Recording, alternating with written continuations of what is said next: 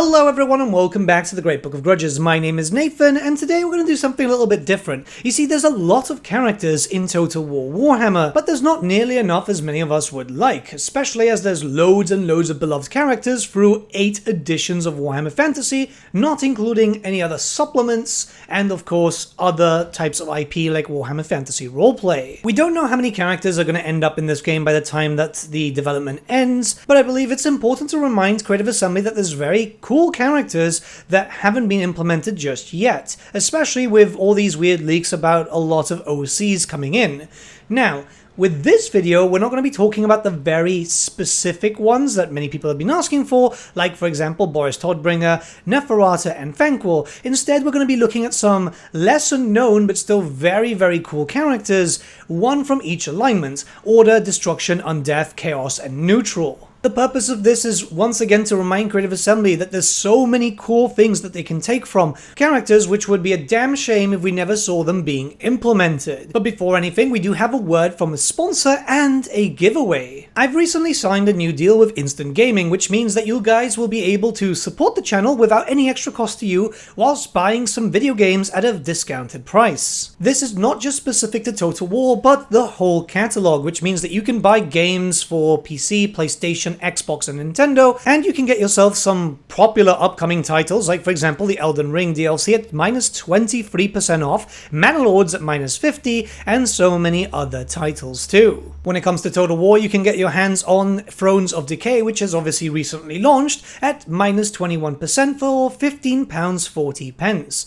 All you need to do is basically use the good boy link, which will be found in the description below. Once again, thank you to our sponsors at Instant Gaming, but that's not all we have to talk about. By making your account and sorting everything out with the link below, you don't have to make a purchase. You will be able to also enter a giveaway, win the game of your choice. This will be going on for the whole month, so yeah, you know, you could see something that might pop up and it might be cool for you, right? Instant Gaming is a platform that I've used before, and before I signed up the deal, I did ask some other creators who have also previously been signed with, so I made sure to, well, do my due diligence before doing anything like this.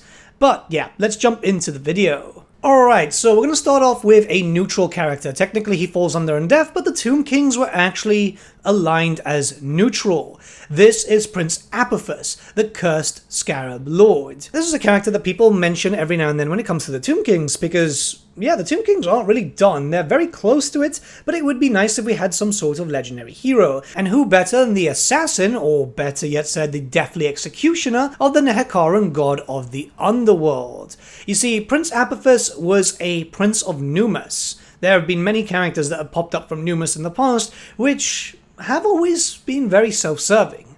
He was jealous and wanted the throne of the Nehekaran city-state, but there were loads of rivals. What better way to get rid of those rivals than simply slitting all their throats? You know, something simple as that. Many others have done that before. We've had Nagash doing similar stuff. And yeah, he just simply proclaimed himself Priest King. Job done, right? Well, no.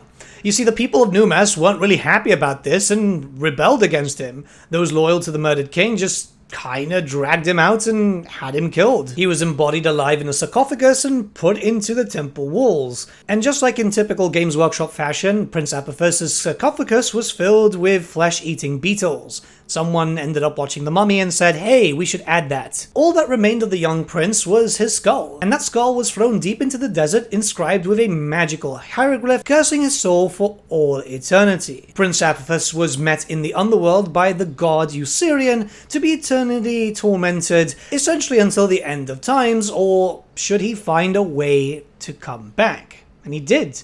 You see, he struck a bargain with the god of the underworld that he would find a soul to replace his. However, Usirian is a crafty god, knowing that, well, I could always do with some sort of an assassin in a sense. Yeah, he agreed, but there was no soul to be a perfect match for that of Apophas. Nonetheless, the returned prince, in some sort of sick, twisted deal, came back to the world as just a skull. his body being formed up by the very flesh beetles that had picked apart his body clean, and he now roams through the Warhammer world, essentially finding souls that might be his perfect match. Anyone he deems worthy, he'll hunt down, he does not need to rest. And when he does kill them, the soul or the target reaches the Nehekaran underworld to be placed upon a scale. A weighted scale, so yeah, he could kill pretty much anyone and possibly just never find the perfect match. Though some people did think that had the end times happened, it would have been possible, should Prince Apophas have killed Nagash properly, actually killed him, he could have possibly gotten out of the deal. Now that never happened because in a really weird twist of fate, Nagash ended up devouring Usirian, and Prince Apophas was bound to Nagash during the end times, but we don't talk about fanfiction over here. It's a pretty cool character, and let's be honest, we could do with a legendary hero for the Tomb Kings. Someone very, very unique. It's an assassin. I know a lot of people don't find assassins cool, but let's be honest, looking at his model, yeah, I mean, it's super, super special. He's such a beloved character that you ended up seeing his return during Warhammer the Old World, where he's usable as a legendary character.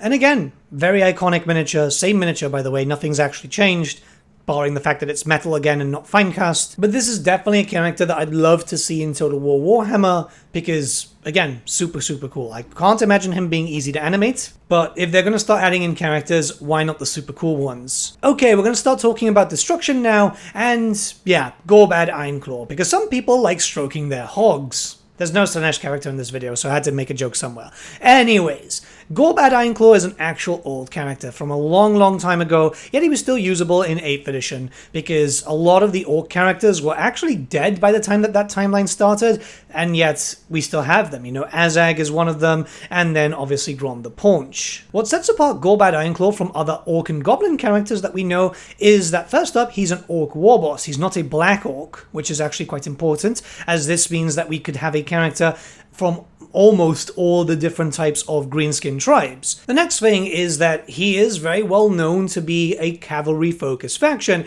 which you might be thinking, oh wow, greenskin cavalry, not that interesting, but yeah, he actually did perform quite well, and to be fair, Orc War Boys were always kind of cool on the tabletop, and they haven't been too bad in Total War either. So we could get something which focuses around cavalry, which again shows a different type of playstyle for one of the most diverse factions in Warhammer Fantasy. When you look at the Orcs and Goblins book, you had so much possibility that you could literally have a different army every time, provided that you bought a stupid amount of plastic. Now, Gbad was active around the time of Grom the Paunch, which meant that you had two major wars rampaging across the Badlands, into the World's Edge Mountains, and also into the Empire.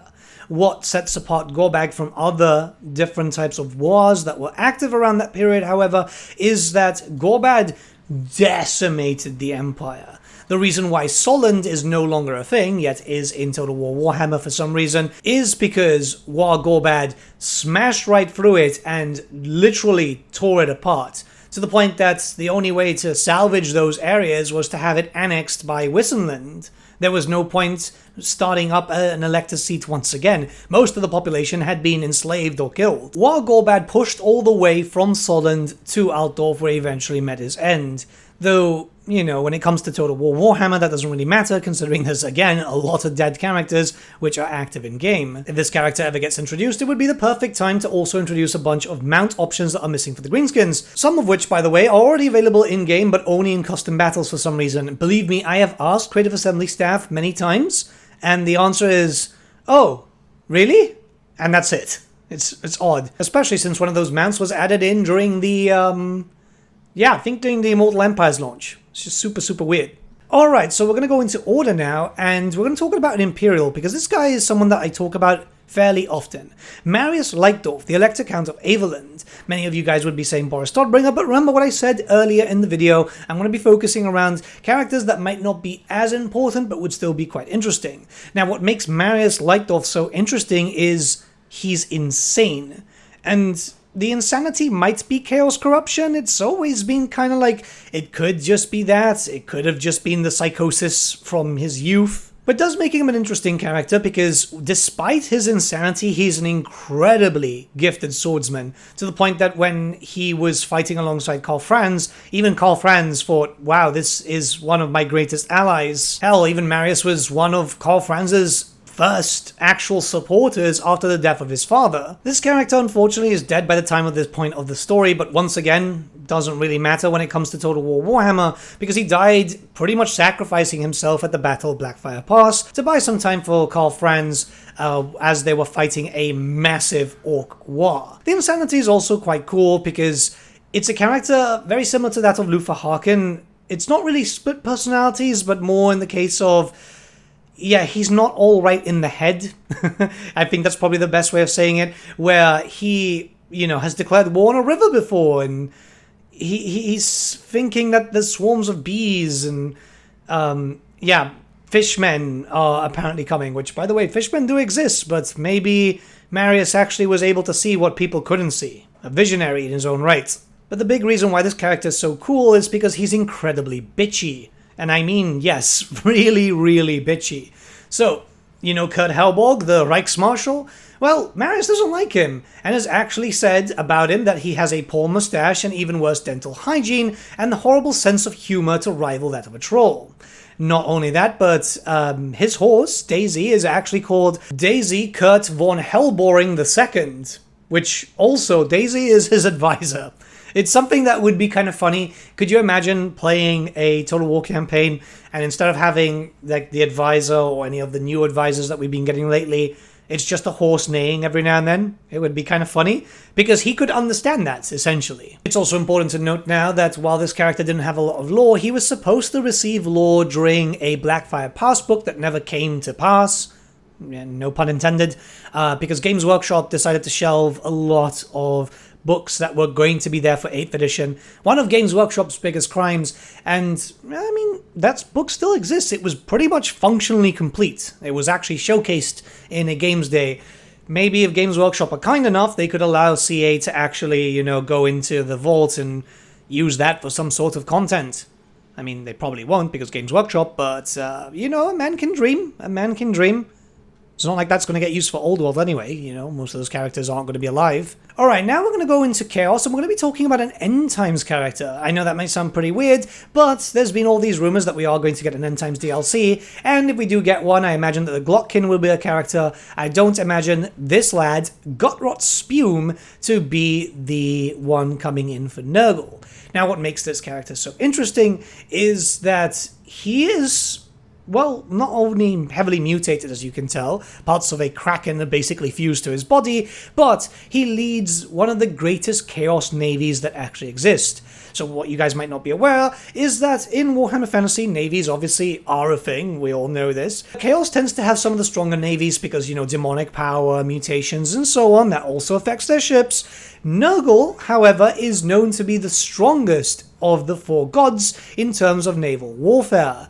Mostly because, the corrupting essence will work towards the sea creatures and they'll be able to kind of tame them. Now, Gutrot Spume was a Norscan, a member of the Dragonbone tribe, which was a tribe of Norskans which prided themselves in hunting down various creatures to prove their worth. A lot of Norskans do this too.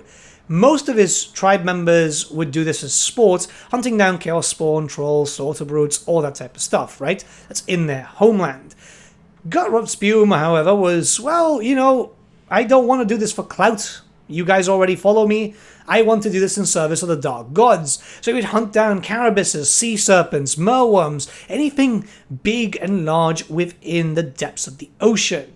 This led to a hunting down of a Rot Kraken, which saw his ascension to the current mutation that we all know in terms of model. He's so popular that he actually survived into the Age of Sigmar with the exact same model too. But Age of Sigmar aside, it was during the End Times when we heard about this character, despite the fact that it works in the whole, they were always there. And big units such as the Putrid Blight Kings are kind of associated with him, but, it doesn't make sense for a DLC. The Glotkin would probably sell more than Gutrot Spume. But, yeah, this character was a naval powerhouse, basically terrorizing all the shores of the Sea of Claws, Kislev and the Empire. There's so much possible stuff that they could do with this character, making him a naval-focused character. We've seen that with mods too, which is obviously really, really cool. But this is a character that I imagine Creative Assembly would kind of want to tackle purely because all the mechanics are there, you know, pseudo-hordes and stuff like that, and it would just be easy to reproduce, kind of similar to how Epidemius was done, who is very similar to that of Kugath, just a little bit different on the side. And let's be honest, you know, mutated characters like this are always really, really impressive when it's not just a basic Chaos Warrior. When it comes to basic Chaos Warrior characters, you know, the ones that look more generic, they are still really, really interesting, but I feel like people really fall more into the, oh wow, you know, he's got tentacles, or oh wow, he's actually a maggot, and it just is cool factor, right? And finally, we're here at Undeath. This is a character that people forget kind of exists. Zacharias the Everliving. A incredibly powerful vampire who is from the Necroc bloodline. So most people see the Necrocs as big nerds, right? These guys are the bookworms, these guys are focusing too much on their studies to be able to be very powerful. Well, Zacharias is very well learned like the rest of his bloodline, but he is also very, very strong. You see, at the beginning, he was a necromancer who ended up becoming a vampire over time, studying under immensely powerful characters such as Dieter Hauschnit, and then transformed to a vampire by Melchior the Ancient. So as you can see, Zacharias was already learning from some pretty immensely powerful vampires. Eventually he was granted the Blood Kiss, and while he was horrified at how his body had changed, he also realized that the power would best serve him, granting him essentially nigh immortality to be able to continue his studies and grow stronger and stronger. But this is not where the character differentiates from more of his bloodline. You see, after a failed attempt at killing Melchior, he had to flee into the Middle Mountains, and he stumbled upon something that many vampires, especially that of the blood dragons, strive for. A black dragon lay there sleeping, and dragon blood has been known to cure the vampiric thirst, the red hunger that many vampires see themselves evolve into madness, which is very similar to the Vargheiss or sometimes the Strigoi. Now, blood dragons would naturally try to kill them before draining the blood, but Zacharias was no blood dragon. He knew that he would not be able to, especially in his wounded state, but regardless of that state, kill the dragon himself. What he did is he snuck up as it slept and sucked it dry like an OnlyFans creator trying to pay off their mortgage. Yeah, it's pretty much what happened. But yeah, the red thirst was cured. And, to add insult to injury, he decided to raise the dragon from Undeath, so this is why you see him mounted on the dragon. The dragon blood actually benefited Zacharias heavily, which granted him immense strength to make him as strong as pretty much any other competent vampire fighter that you might hear of, like Vlad von Carstein, the Red Duke, and many others. This means that not only is he incredibly intelligent, but now he is also immensely powerful. He's a super cool character with one of the coolest models from way back in the day. I still have him and I'm kind of thinking about sorting it out, even though, like in Old World, you want to use the new plastic, well, technically new plastic dragons, which were released for 8th edition. The base size, but I mean, yeah, it's super, super cool. But let me know what you guys think about these characters. Are there any other characters that you want to talk about? The main idea about this video is to kind of remind Creative Assembly, because I know that they watch my videos, I've been told that they watch my videos. There's loads of characters that we've still yet to see in the game, and many that we want to see. This is why I keep pushing the narrative of character packs being an interesting thing, because, yeah, I mean, it would just be cool. It would just be really, really cool. But have a great day, guys. And remember, once again, we have a giveaway going on, which the link can be found in the description below, for any game of your choice. Once again, thanks to the lovely people at Instant Gaming for this new deal, as it's going to help the channel keep a little bit more active, especially since we are heading to a bit of a weird place until we find out if the recent leaks are true or not. So, yeah, a little bit of security for the channel is always the best. Have a great day, guys. I'll see you all again very, very soon.